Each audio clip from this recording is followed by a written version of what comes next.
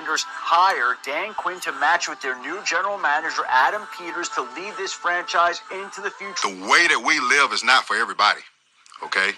It's not, all right? Because we're going to run and put our bodies on people in a violent manner. Whether the team is giving us the highest of highs or the bluest of blues, we'll cover it all here on Commanders Nightly News. I, of course, am your host, Louie T. Thank you for joining me. Let's get to tonight's lead story. So before we get to anything tonight, I want to give a massive shout out to Phil Ricards. He was the donator of the 2 tickets to the Steelers game that we will start the process of giving away today. I'll have more details on that a little bit later on in the show. But a massive shout out to Phil Ricards. This community, this brotherhood, if you will, that we've created here amongst ourselves within the mob is incredible. It's taken on a life of its own that I couldn't have begun to imagine what it would have ultimately ended up being when I first conceived this. And so it's moments like these that make me so proud of what we've built, what we've created together. Seeing someone be selfless enough to have tickets that they could make money off of themselves, being that they cannot attend the game, but instead deciding to give them to me, which in effect donating to the mob, in which I'm going to then bless 2 members of the mob with these tickets. It's an excellent, selfless, special gesture that I don't take lightly. And so big ups to Phil Ricards for this tremendous gesture. And we will bless 2 members of the mob with these 2 tickets. And then you know what you need to do. Represent the mob, represent Phil, represent us the right way. And do what you are sent to do. Yes, have a good time, but bring home the dub. That said, I want to talk about a much broader topic, and that is this Commanders team. It has galvanized this area, the DMV. It has galvanized this fan base, right? I'm still talking to fans that are still in utter disbelief at what this team has accomplished this season and what it could potentially accomplish. And there are still fans that are like, is this too good to be true? Are you sure that Dan Snyder's not going to pop out of somewhere and say, ha, gotcha, just when you thought you were safe, and he's going to reel us in, and then bow, as soon as we get have our guards down, he comes in for the knockout. I assure you, the bad man is gone, and he's not going to return, and this is legit, and it's real. And not only has this team galvanized the area, the fan base, it's galvanized the entire league. I told you I've been through this process a number of times with other teams that I root for, and it is so much fun in the infant stages, which is where we are now. When you crash the party early, right? The baby Braves did it. The Grizzlies did it, right? With John, Dez, and Tripp and all of those guys. And you become the talk of the league. You become the most exciting team to watch, right? That's who we are. Like, I'm watching people talk about this Commanders team, and they're like, they're the most exciting team to watch. They're must-see TV every week. It doesn't matter who they're playing. I just want to see them. I want to see Jaden Daniels. I want to see this offense, right? I want to see this team. And when you couple us with an opponent like the one we're facing this week and the one we're facing next week, it becomes even much more must-see TV and big-time theater. And it's amazing to watch this. We have arrived, folks. We are the it team. This is amazing. I'm enjoying every step of this process. And I told you I would before the season started. I did not anticipate that it would go this way, right? I had no expectations going into the season other than I'm just going to enjoy the ride wherever it takes us. Because I know when it's all said and done, if it goes correctly, according to plan, we'll know that we have ourselves a quarterback at the end of this season. Well, we figured that out after 3 weeks of football, that we had us one of them ones. So the biggest goal of the season was accomplished 3 weeks in. Now you're playing with house money. Now you're 7-2. You got a chance to win the division. You have a chance to do something more expansive and bigger than any of us imagined when this season started. No one was using the phrase Super Bowl. We're Super Bowl contenders. Are we making it to the Super Bowl this year? Don't know. Don't know.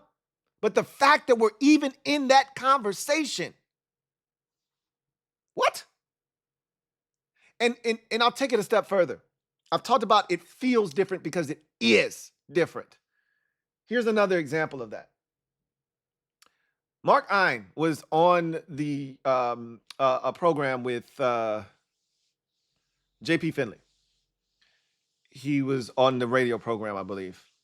And he's one of the minority owners of this team.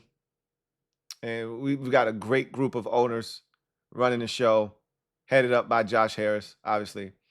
And Ein talked about a DM that he got from a fan. So, and you know, I was giving B. Mitch this credit because that's the first time I had heard of the concept of giving out burgundy towels when the Steelers come to town, because we already know what the Steelers are about. They're coming in full force and they're bringing their terrible towels with them. And so in order to combat that, I've seen them come in and take over stadiums. They turned the Raiders game earlier this year. They turned that into a full-fledged home game. I've never seen anything like it in my life. I've seen opposing fans go into stadiums and be 50, 60, even 70% makeup of the crowd. I've never seen a scene like that in a game. Doesn't matter what sport, especially football is the one that it can happen the most at. I've never seen anything. That fan base took over the Raiders. It was 90% Steelers fans. I'm not bullshitting you. It looked like a Steelers home game. I've never seen anything like it in my life. And so to know the power of the Steeler fan, to know how they travel, to know what they're capable of, and to know that we are in a position to finally fight back and fight fire with fire. To have a fan, and I should have known B. Mitch didn't come up with this concept himself, because this shit sounds like something a fan would think of. Because we in the trenches, you know. Fans are in the trenches. We want it more so than anybody else out there. We want it more than the players. Because what you got to understand is, Jeremy Chin just got here this year. Austin Eckler just got here this year.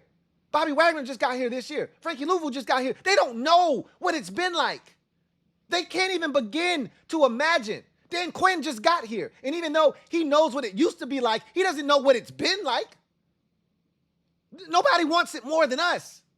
So it would take a fan, someone that wants it bad, to go outside the box and say, you know what? You know they coming. We ain't going to be able to stop them from infiltrating the stadium, because the Steelers are like roaches. They're going to infest. They're ants. They're not roaches, because everybody don't have roaches. Everybody's got ants. I don't give a damn where you live. Ants are going to find you, okay? The Steelers fans are like ants. They're coming, okay? Starts to get hot outside. You know they're coming, right? You got to be able to adapt and adjust, because you're not going to keep them out of your stadium. And it takes a diabolical mind like a fan to say, you know what? Here's how you combat that. Give out burgundy towels. Now you got burgundy and gold towels waving around the stadium. It looks like it's a coordinated home game experience. But you know what else it takes? It takes a member of ownership to be willing to open his ears and eyes and be receptive to a fan DMing him and saying, here's what we think we should do to combat what the Steelers are going to bring to the table in Week 10. He said that this DM came to him in September. I believe him. It feels different because it is different.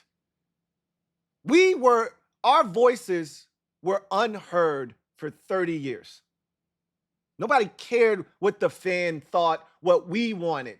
Shut up, take these inflated, vendor prices at the stadium for concession. Shut up and take these inflated parking prices to park to be at the stadium. shut up and take everything that we're giving you. You should be honored to be a member of the fan base of the Washington Redskins / football team / Commanders. Shut up and take it. That was our role. And for a long time, a lot of fans just shut up and took it. We finally had to band together and say, enough is enough.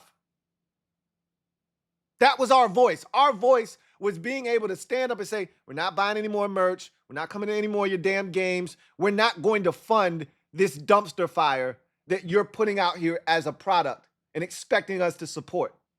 Not going to do it. Now we actually have an active voice. We are being heard. Man, it feels good when everything is being done correctly. And it's not just the product that's being put on the field, it's everything that surrounds it. The infrastructure of this organization is finally intact and correctly built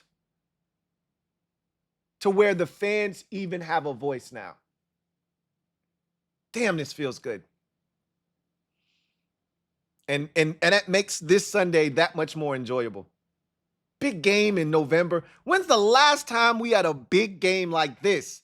And the one next week's going to be even bigger. Hey, how about that? This is fun. I can get used to this. I can't speak to where you are with this process. I can get used to this. This is fun. This is a lot of fun. Anyway, I digress. We've arrived. And here's the beauty of it. We ain't going nowhere for a very, very long time. We're just getting started. We're just scratching the surface. Man, it feels good to be a Commanders fan. Didn't know when I'd be able to say that again. But man, it feels good to be a fan of this organization. We waited a long time to be at this point. We deserve this. And I used to tell you guys this for years, and we never knew when it would happen. But I would tell you, it's going to feel so sweet when we finally get to this point. And we still aren't ultimately where we want to go. We want to win Super Bowls with an S, plural. Not just one. I'm greedy. I want multiple Super Bowls. We got the kind of quarterback and the kind of organizational structure for this to take place. Starting with the GM, the coach, the staff, the players, the quarterback, most importantly, we got it all. It's only a matter of time before they put all the right pieces of the puzzle together. 1 or 2 more drafts, 1 or 2 more free agency classes before this thing pops. It could happen this year. I'm not overlooking this season. But man, it feels good. The fact that we're even having these types of conversations tells you where we're at right now, and it's a damn good place to be. Let's proceed to in other news, where we heard from both coordinators as we customarily do on Thursdays. So we'll talk about what offensive coordinator Kliff Kingsbury and defensive coordinator Joe Whitt Jr. had to say at the podium today. But before we do that, let's take a look at the injury report for both teams. And I also want to drop this on your melon, and I'll bring this up a couple of times while we're here in other news. But giving away some tickets. Big shout out to Phil Ricards for donating these 2 tickets to the Steelers game. Big shout out to him being a member of the mob and supporting the mob. I was a little bit overzealous as to where these tickets were. So let me be fully transparent with you. I was talking crazy. 50-yard line, this, that, and the third. No, that's not where these tickets are. Okay. They're damn good seats still, though. They're still in the 100 level. But 2 tickets to the Steelers game. Not that you guys care. They're free tickets. All right. You're not complaining about where they are or whatever. But let me share a quick story with you guys. I try to provide you with at least 2 tickets to every home game. I've done it for every home game this season with the exception of Carolina. I figured we could take care of them without my doing. But I've tried to provide us with tickets to the mob for every home game this season. And that's my goal, moving forward, right? And I may ultimately get back into the season ticket game. I think this organization is now worthy of my money. So that may be something that I tried to look to do in the offseason. But I went on it just to check, because I already had 2 tickets. There was no need for me to purchase tickets to this game. But I just was curious, how much would it cost to get in the building? How much would it cost to get some reasonably priced tickets, 2 tickets just to see the Steelers take on the Commanders? For the most part this season, the tickets have been reasonably priced. I've been pleased with what I've had to pay to get in the building. But shit's getting real. And I took a look at those Steelers tickets. Guys, first and foremost, there aren't many empty seats. Generally, when I do this and I go looking for tickets, there are seats everywhere available, right? Guys, there were less than 80 tickets available for this game. I shit you not. Less than 80 tickets available. This is going to be a packed house, okay? I can't recall a game being this crowded in a very long time, okay? Now, I think some of that is Steelers fans. This is what they do. But a lot of it is, this is the new norm here. This is going to be our new existence. We're good. And this is a fan base that has been dying to get back to relevancy. And they want to be there, and they want to be loud, and they want to be proud, and they want to be in attendance for this team. And I just think the tickets are going to become harder and harder to get your hands on, to be honest with you. And to just get in the door, the lowest ticket I saw was like 500 and something bucks. And I was seeing tickets for over $1,500 to a Commanders game. There was a point 2 years ago, you could get into a Commanders game for less than $10. Let that sink in, man. We've come a long way from those days. My goodness. Anyway, big shout out to Phil Ricards. Use the hashtag PennTakeover. That's PennTakeover. PENN. Takeover. All right. Over the next 5 days, once we play the Steelers on Sunday, it will set off a chain of events in a 5-day stretch where we look to take over the state of Pennsylvania. We're looking to take over the state of Pennsylvania, beat the Steelers, beat the Eagles, and be the kings of Pennsylvania in a 5-day stretch. You can't do one without the other. Take care of business on Sunday first against the Steelers. Hashtag PennTakeover. Let's get to the injury report for both teams, starting with the good guys. So, nothing surprising here. Marshawn Lattimore not practicing because he's not playing this week. I think we all have come to that realization at this point. And I've already told you, I'm taking it a step further. I don't think he'll play against the Philadelphia Eagles next week either. Hopefully I'm wrong there, but I think his first game here in Washington will be against the Dallas Cowboys in week number 12. I just want him healthy. I don't want him rushing. I don't want him re-aggravating anything. That's what got us in this position in the first place. He tried to get back on the field. The Saints rushed him back on the field, and then he re-aggravated the hamstring injury that he had, and that's why he is now nursing said hamstring injury. So the goal is to get him 100% so that he can stay healthy for the remainder of the season, and we can start to kick ass with him in the lineup. Cornelius Lucas, I told y'all last week, I think this is a serious ankle injury. And I told you, I said, I don't think we're going to see Cornelius Lucas for a while. So didn't see him last week. Not going to see him this week. It doesn't feel like that's the second DNP in a row. Hasn't practiced now in roughly 2 weeks. And my guess is Dallas game again will be the availability for Cornelius Lucas. There may be an outside shot. He'll be available for the Eagles game. But my guess is Cowboys game, right? Austin Seibert was the big one, right? He was the one that kind of stood out amongst all of these guys with the DNP yesterday. I told you, I'm not concerned because the team didn't do anything. If the team was truly concerned, they would have went out, brought in 2 or 3 kickers, tried them out, and added one to the practice squad. Them not doing so tells me this isn't a real deal. He had, hip soreness. He came in. It was a little sore. They said, cool, don't worry about it. Don't practice on Wednesday. But he's fine. He was limited today. I assume he'll be ready to go for Sunday. I have no issues, no doubts If anything changes, we'll know because they'll make some sort of roster move to correspond with their concern. Being that nothing's been done, I'm not concerned, and him being limited today puts me at ease in terms of his injury. The rest of this looks pretty standard, right? Dorrance Armstrong limited, Tyler Biadasz full. Klee has been a DNP the last 3 Thursdays, right? This is his move. This is what they do to kind of have maintenance of Klee's knee. So that's nothing to really, take note of. Dante Fowler limited with the groin. Brian Robinson Jr. limited with the hamstring.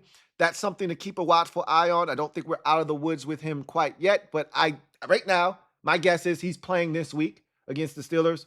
But again, we'll see. Noah Igbenogany, full with the thumb. And this is a new addition to this list, which is concerning.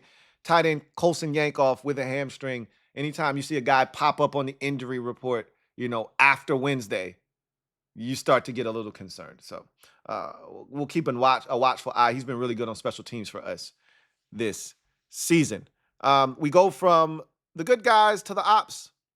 And honestly speaking, there is nothing meaty, nothing juicy, nothing salacious here for us to chew on. They're coming off of a bye. None of the names on this list are impactful whatsoever in terms of guys who aren't practicing.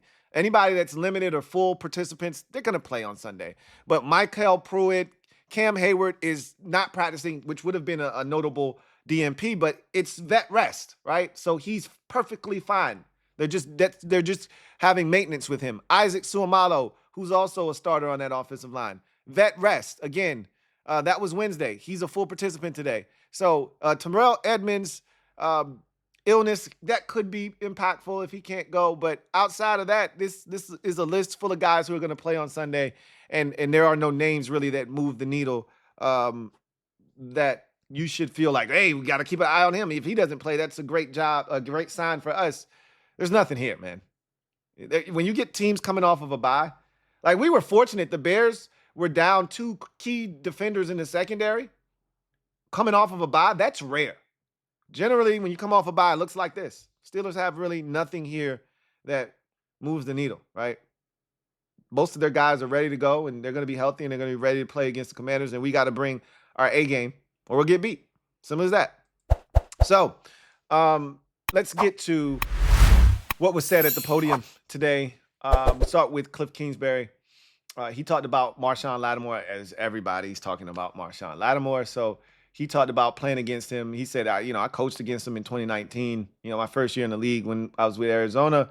He's something to behold. He was like, man, this guy is something else. He's one of those guys that you got a game plan, against, and a lot of teams just don't try him. You just go to the opposite side of the field. I mean, that's the type of impact that he has.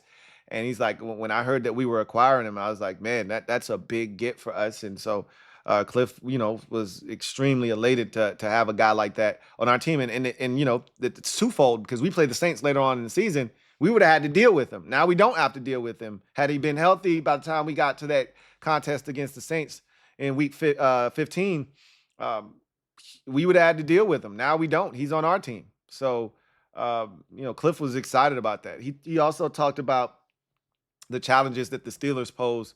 He said, look, and, I brought this up with TJ Watt yesterday. I said, look, there can't be a play where TJ Watt doesn't have 4 sets of hands, 4 hands, 2 sets of hands, but 4 hands, and 2 sets of eyes on him at all times. And, in certain instances, 3 sets of hands, 3 sets of eyeballs, right? Like he's that kind of game wrecker. And he compared him to Aaron Donald. He's like, obviously Kliff was in the NFC West for a number of years, dealing with Aaron Donald twice a year. That was the guy, right? Total game wrecker. All it takes is one play. One play. You think you're safe. You max protect. You think you got him double team. He splits the double team and hits your quarterback, forces a fumble. They pick it up, run for a touchdown. And just like that, the game is never the same, right? That's all it takes. It's one play. That's how it is with TJ Watt. Like we talking about a future Hall of Fame player, first ballot. You don't play these every week. And Kliff is like, yo, these are the type of dudes that keep you up at night. Like I'm losing sleep this week. because we got to defend TJ. We got to find a way to block TJ Watt. And it alters your game plan because now you don't have 5 eligibles out immediately or at all, right? That tight end might have to stay in and block. That running back might have to stay in and chip, right? Or he might get out late in the route. And, he just talked about all that the Steelers pose, and he's like, yeah, getting Preston Smith. They didn't need any more help. They already had all these guys that can rush the quarterback. Highsmith, Watt, Hayward. They already got all these guys that can rush. And now you're adding in another guy, and he's like, I know what Preston Smith is. I've seen this guy. I know what he's capable of. So he talked about, Tomlin's toughness and the team kind of, exhibiting that. A lot of times teams take on the personality and the identity of their coach. I mean, we've seen that here in Washington. And, that's why the Steelers are who they've been and what they continue to be because of Tomlin. So they know it's going to be a challenge, and Kliff talked about that. He talked about the running back room and how, guys have been willing to step up. And he said, it's a testament to, Coach Lynn, Anthony Lynn, the running backs coach, and those guys in the room. He said when C-Rod had his, finish to the game, he said nobody was happier on the sideline than Brian Robinson Jr. He said, and I've been places where that wasn't the case, where guys weren't genuinely happy for the next man in that room because you see that guy as a threat. But because of the brotherhood and the culture that DQ has cultivated within those walls, he said it's a great group, and they can. And I talked about this yesterday.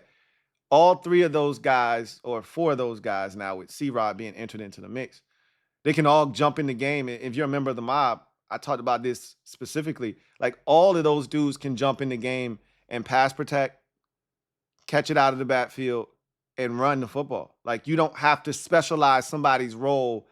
Hey, Eck can only do this. We used to only, like, J.D. McKissick only could catch the ball and pass protect. We really didn't want to hand it to J.D. a bunch of times, right? That's not the case anymore. Now we got guys that can do everything. And that frees up your offense, and it takes away the defense's ability to know, okay, this guy's in the game, so we should look for this, right? It takes away the ability of the defense to have a tell as to what the offense is going to do. And he talked about Jaden and, how he's handled all of the success this season, but he expounded upon that, and he went in a different direction that I didn't expect Kliff to go in. And he said, this fan base, since I've got here, I've never seen a fan base more hungry and starving to get back to relevance. He said, this has been fun to watch. This fan base is rabid. And he's not wrong. Like, we've been waiting for this. We prayed for times like this, right?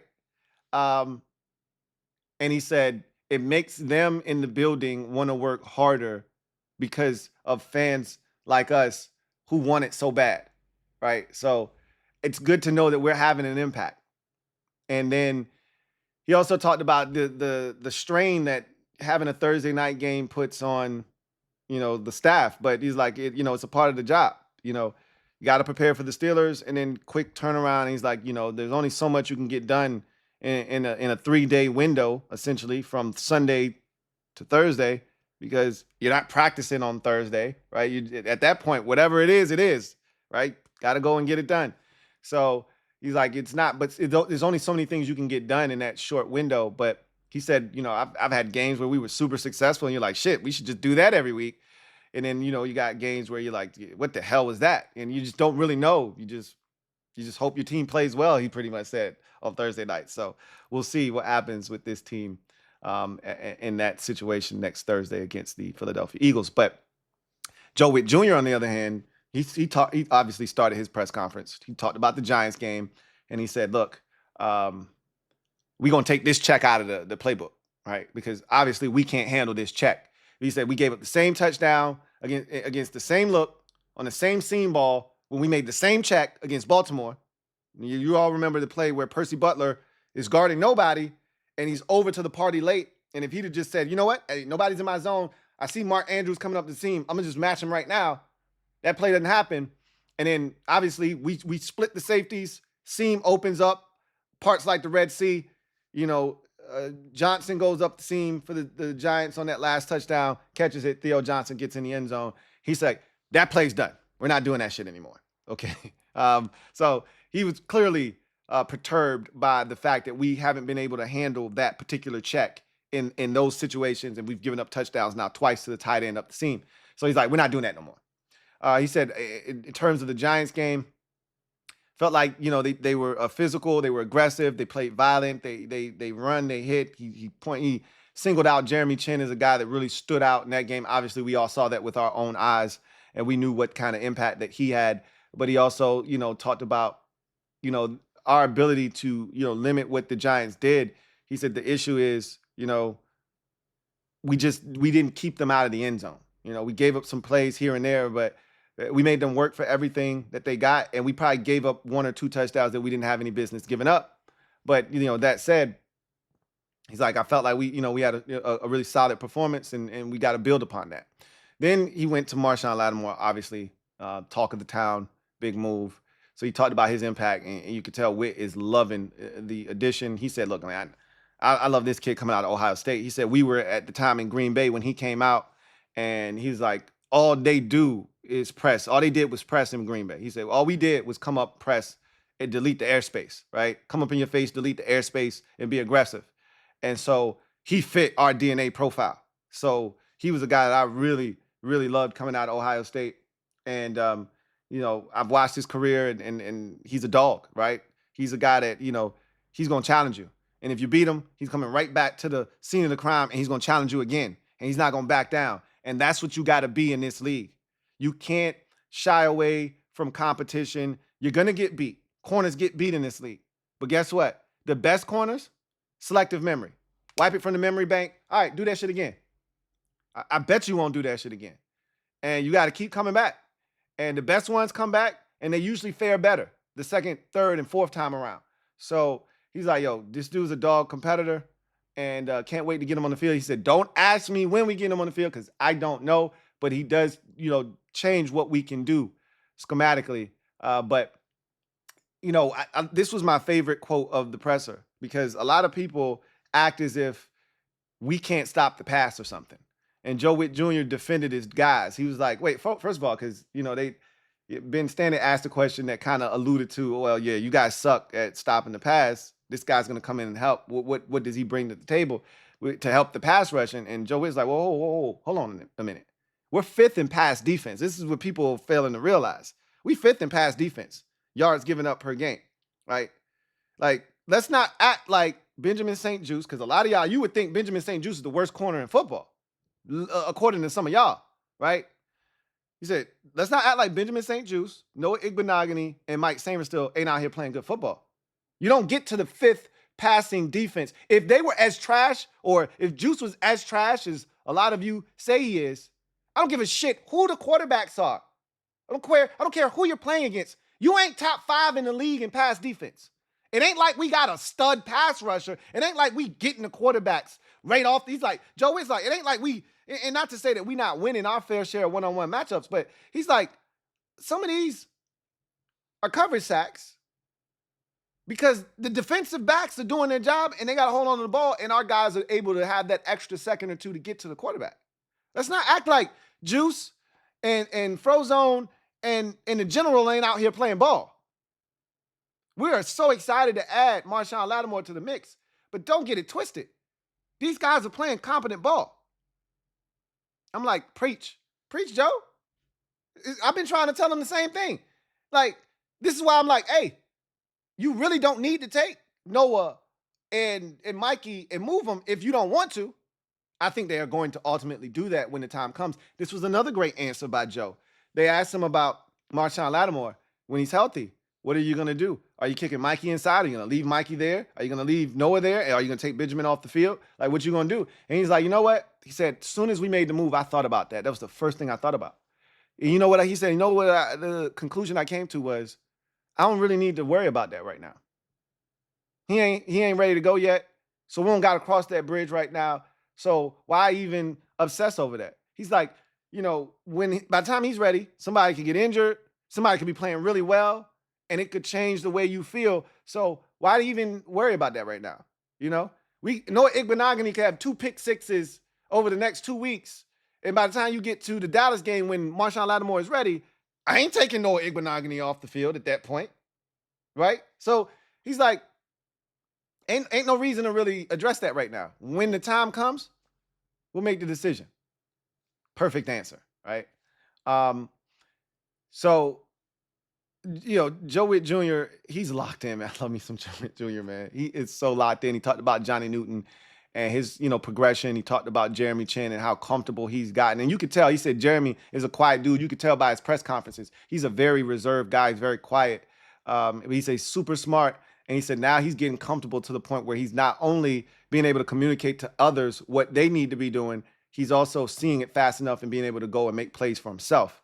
And we saw that against the Giants. And he's been coming on, he was outstanding against the Bears, right? He's really coming on here over the last 2-3 weeks or so. And, just in time for some of the biggest stretches of football that we're going to have this season. So it's really good to see this defense kind of coming together, playing the way that they're playing.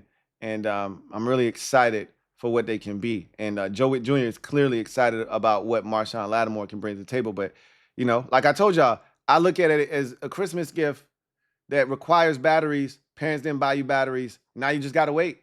As badly as you want to be able to enjoy that toy, can't, because it doesn't have batteries. We just got to wait. All right? Your life existed before you got the toy and weren't able to play with it. We existed as a team defensively without him.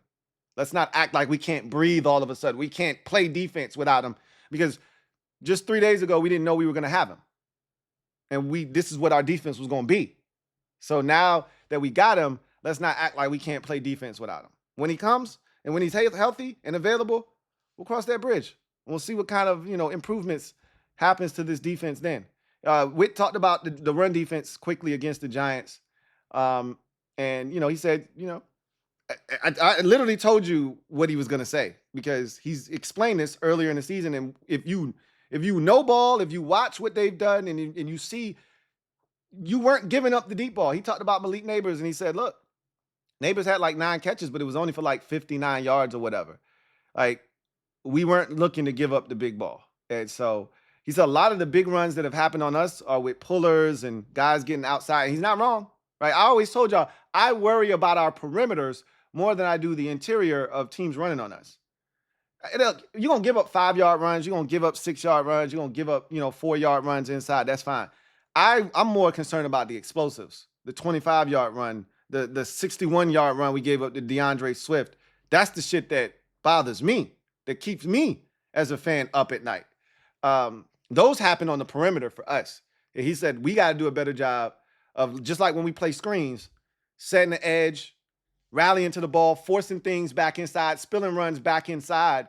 And then we got to have that backside and inside pursuit running to the football so that when you spill it back inside, you can come and clean up, the mess that the outside defenders made by spilling it back inside to the help.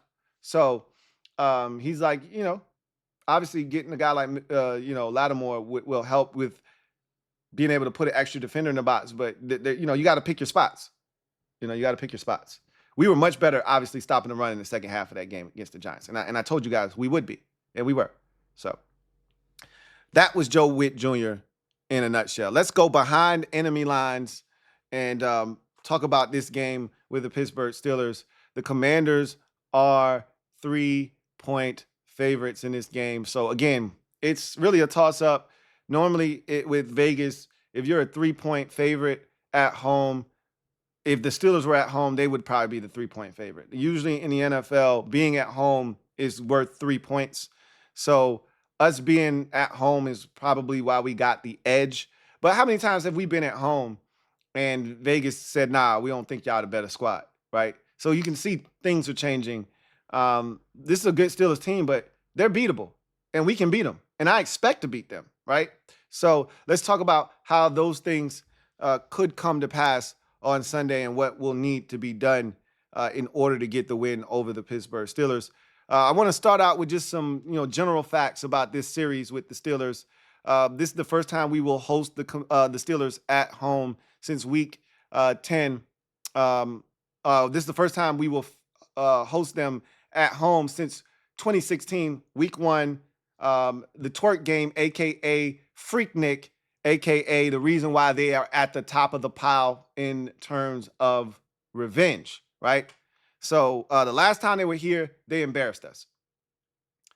Can't get that image out of my mind. This is going to be a way to help me do that. Last time Washington faced off against Pittsburgh, they defeated the 12-0 Steelers in Week 13 of the 2020 season. We all remember that. COVID year, go to Pittsburgh. The game got pushed back to a Monday. We were supposed to play them on a Sunday, but the week before, the Steelers had their game altered schedule-wise because of the Ravens having an outbreak, and so they had to push that game back. We played them on a Monday, along with another Monday night game, and we beat the Pittsburgh Steelers in that game, and it was a lot of fun. The Commanders have a 20-13-3 record at home versus the Steelers, so we've had some success against them over the years at home. Let's see if we can't continue that, but we have not had success against the Steelers here of late. We're looking to break a 2-game losing streak to Pittsburgh at home, right? Obviously, the last time we played them in 2020, we beat them, but we have not beat them at home.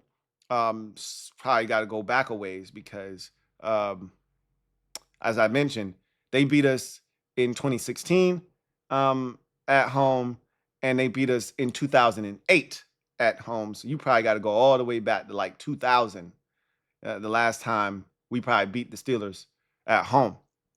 Anyway, Washington is looking to start 8-2 for the first time since we going to the 80s. My birth year, right? We going to the 80s. I'm an 80s baby. 86. We going to 86. If we start 8-2. I need it. I need it in my life. I need to be talking about the 80s. I need it. Make it happen. Hashtag pin takeover. The Commanders are looking to start 5-0 for the first time at home since. Talk about it. Talk about it. That legendary 1991 season. I need it. I need it. Let's go make it happen. So those are just some stats, some quick hits around this series and some of the things that can happen should the Commanders be victorious in this game. Now let's get to some numbers for both teams, starting with the good guys. Washington third in total offense, just a shade under 400 at 392 yards per game. Third in scoring offense, just a shade under 30 at 29.2 points per game. Passing offense, 11th in the league. It's almost a top 10 pass offense.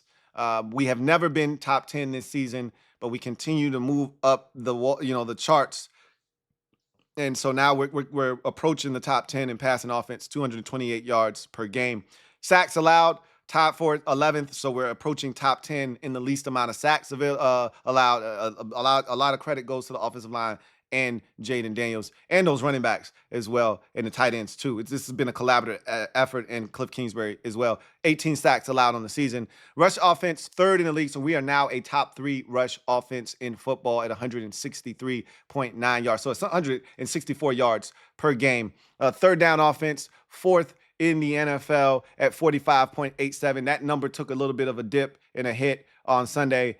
We were not our normal, the last 2 weeks we've struggled on third downs, to be honest. The Bears game and then against the Giants, we weren't our normal efficient selves on third down. Hence, we had to go for it on fourth down twice against the Giants, converted on both of those, by the way, 11 for 11 on the season. Total defense, 14th in the NFL, giving up 326 yards per game. So you're a top half of the league defense. Again, all of us would have signed up for that prior to the season starting, especially after the first 3 weeks of the season where we were dead last. Who would have thought we would even be having this discussion about being a top half of the league defense after what we saw the first 3 weeks? Scoring defense, 11th in the league, giving up 21 points per game. We're almost a top 10 scoring defense, man. I mean, for as much bad shit as a lot of people have to say about this defense, and I'm aware we haven't played the best opponents offensively, you still got to go out and shut them down. If you're not good defensively, it doesn't matter who you play. You're going to give up yards, right? You're going to give up yards. Cincinnati's defense is bad. They've played bad teams this season. They've played the Browns. They've played the Panthers. They gave up 24 points to the Panthers. We gave up 7. If your defense is bad, you're going to give it up no matter who you're playing, right?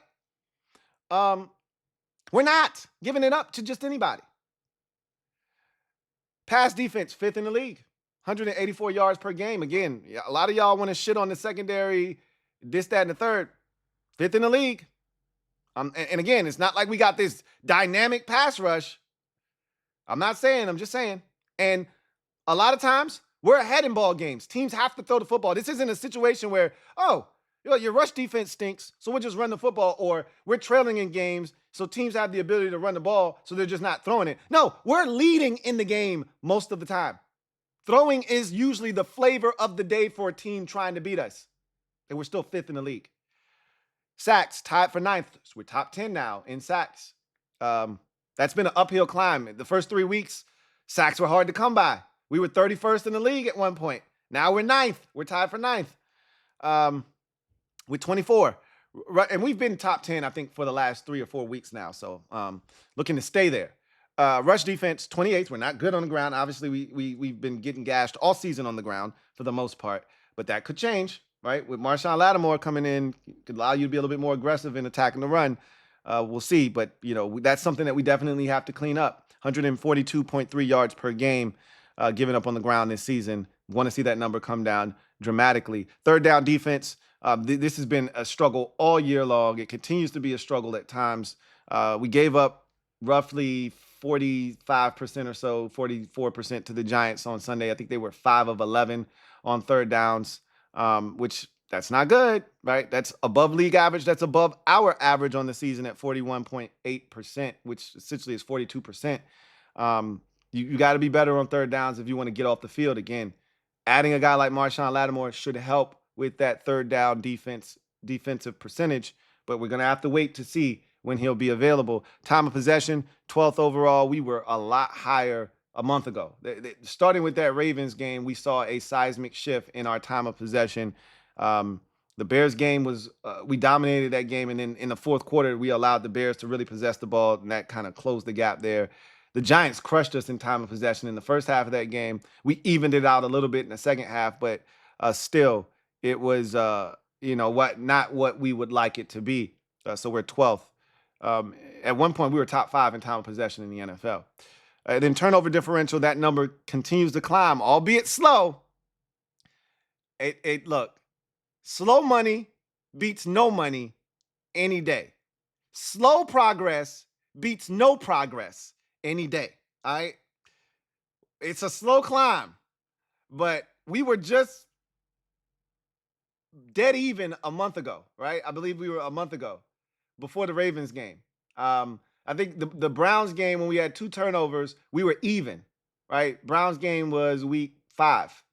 Since then, I think Ravens, we got 1, Panthers, we got 2, Bears, we got 1 last week against the Giants, and that's how we got to +5. So it's a slow climb, and it's a slow process, but I ain't got nothing but time. I love it. Tied for 7th in the league at +5. Let's keep that party going this week against the Steelers. Now, let's talk Steelers and what the ops are saying with their overall numbers.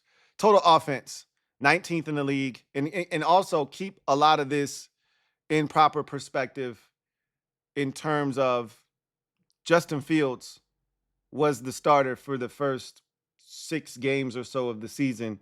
So be mindful of that and understand that some of these numbers have been a lot better since Russell Wilson has taken over, but take it with a grain of salt. The defense has nothing to do with the offensive numbers, by the way. They're 2 separate entities here. But offensively, just keep that in mind. Similar to when we talked about it with Carolina, like, hey, Bryce Young, his poor play early in the season really affected these numbers. These numbers are a lot better since Andy Dalton took over. But we didn't give a shit about that. We wrecked shop against Andy Dalton and the Carolina Panthers. Hopefully we can do the same here with the Pittsburgh Steelers. Total offense, 19th overall, 328 yards per game. Scoring offense, they're 13th in the NFL at 23.4 points per game. So hopefully we can hold them below their season average. If we do that, I don't see any way we lose this football game, right? Passing offense, 26th in the league, 190 yards per game. Again, keep that in mind. Justin Fields, had a lot to say about that. But now with Russell Wilson, they've looked a lot more efficient in the pass game. Sacks allowed, 18th overall, 21 sacks given up this season. So see if we can't add a few to that total and help ourselves there. Rush offense, they're 8th in the NFL. They want to run the football. We don't stop it well. We're 28th in the league in rush defense. Something's got to give. Either they're going to run it down our throats or we're going to stand up, stand tall, and stop their rushing attack and give ourselves a chance to win the game by forcing them to have to convert on third downs. You see they're 12th in the NFL on third down offense, almost completing it at a 40% clip. So they're not terrible on third downs. And if we don't put them in some tough, long down and distances on third downs, they can convert. They will convert. Total defense, they're 9th in the NFL, giving up 310 yards per game. So they're a top 10 defense. Scoring defense, 2nd in the league. They're very stingy, as you can see. I mean, I don't have to explain it to you. 15 points a game. That's all they're giving up. Something's got to give. We're averaging almost 30. They're giving up half of that. Somebody's going. Last time we were in a position like this, we were made to look like liars when we played the Bears. We were made to look like liars. Somebody's going to be lying here. Right? Both of us could be liars and we could end up somewhere in the middle. We need to score some damn points. I know that much. I don't want to see a repeat of the damn Bears game here. Passing defense, they're 21st in the league. They give up 220 yards a game, so they can be thrown on.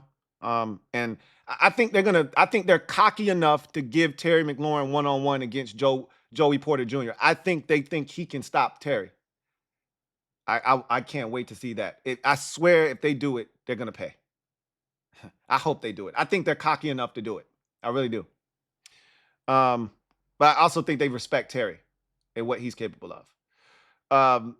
Sacks, tied for 22nd with 19. Don't let those numbers fool you because they'll stick it to you. All right? And we already know what TJ Watt is. So understand that. Rush defense, 4th in the NFL, only giving up 90 yards a game. The last time we saw an opponent that was stingy on the ground, we had one of our worst rushing days, and we didn't even really attempt to rush it the way that we normally do, which was against Baltimore. I don't want to see that shit in this game. We are who we are. And I know you can run against Pittsburgh's defense. I watched the Giants do it on Monday Night Football. Don't shy away from doing the things that we do. And a huge part of that was no Brian Robinson. Now that Chris Rodriguez is entered into the mix, if B-Rob can't go, C-Rod is the next physical guy that you can put in there. He better hold on to the damn football. But that's the guy that, I think we feel comfortable putting out there to run physically if need be. But let's hope B-Rob's out there. Changes everything. Third down defense, they're 11th in the NFL. Super stingy on third downs. So you don't want to get into third and long situations. Obviously, with that pass rush, they're dangerous. We know what it is. So don't want to get into third and long situations. We are at our best on third downs when we get to third and manageables, 3rd and 4, 3rd and 3, 3rd and 2, 3rd and 1. We're damn near unstoppable when we get into those situations. It's when we get into 3rd and 5, 3rd and 6, 3rd and 7, and there's a little bit of pressure that, things can go haywire. So let's try to stay in manageable third down. And we look, it's okay to get first downs on first or second down too, right? Time of possession, they're 6th in the NFL, 31 minutes, 42 seconds. So they're not that far away from where we are time of possession-wise. We're all kind of same neighborhood. And then turnover differential, I told y'all, I said they got to be in the top, 5 in turnover differential. I think I might even said top 3. They're 3rd. There you go, right? Plus 10. They don't turn it over a ton, and they're forcing them. They're forcing them like hotcakes. So ball security is paramount this week. Got to take care of the Duke. Got to protect the Duke at all costs because for them to function at a high level, they need turnovers. When they don't get turnovers, they're not as good of a football team. when they get them, they're hard to beat. They're hard to beat. I would bet you in the 2 games that they've lost this season, they probably lost the turnover battle. That'd be my guess. Either they didn't produce any turnovers or they just lost the battle, would be my guess. That needs to be the case on Sunday. So that's the Pittsburgh Steelers in a nutshell. And we'll have more to say about them tomorrow. I'm going to be out of the office tomorrow. It's going to be a weird weekend for me. So I guess I'll have to pre-record. I didn't even think about it, but I'm going to have to pre-record the episode. I'm going to have to... So make sure you use the hashtag PENN TakeOver, PENN TakeOver, because I'm going to have to do that giveaway a lot sooner than normal, right? Because I'm not going to be in the office. So I'm going to have to pre-record this video before DQ gives us an update, injury report-wise, all that stuff, because I'm not going to be in the office. I just thought about that. So, yeah, that's going to be interesting. So get your hashtags in early. Get your hashtags in early, all right? Anyway, that's going to do it for me, your man Louie T. Until next time, you guys have a good one. Take care. You know what it is. Take command. I'll see you guys next time. Have a good one. Hashtag PENN TakeOver. Taking over the state of Pennsylvania. You know what it is. And you know, let me say one more thing. Joe Whitt Jr. said, one of our sayings, I love some of these sayings that we've heard from this team. He said, one of our sayings is, it's going to be a physical game because we in it. And we're going to make it physical. Well, he said the Steelers do the same thing. And he said, I got a lot of respect for Mike Tomlin. He's one of those dudes that, you know, I've been watching my entire career. Every time he speaks, I listen. And he said that he listens to every team's press conferences during the week. He said, remember, he told us when he first took the podium, I'm not going to give y'all a lot because I'm not giving away any advantages. He said, I listen to every player, coach, interview of the opposition every week, just in case they give up something. But he said, every game we play in is going to be physical because we in it. I love it. Man, I love this squad.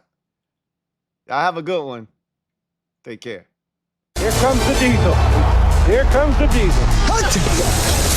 There's the snap, and to Riggins. Good hole. He's got the first down to the 40. He's gone.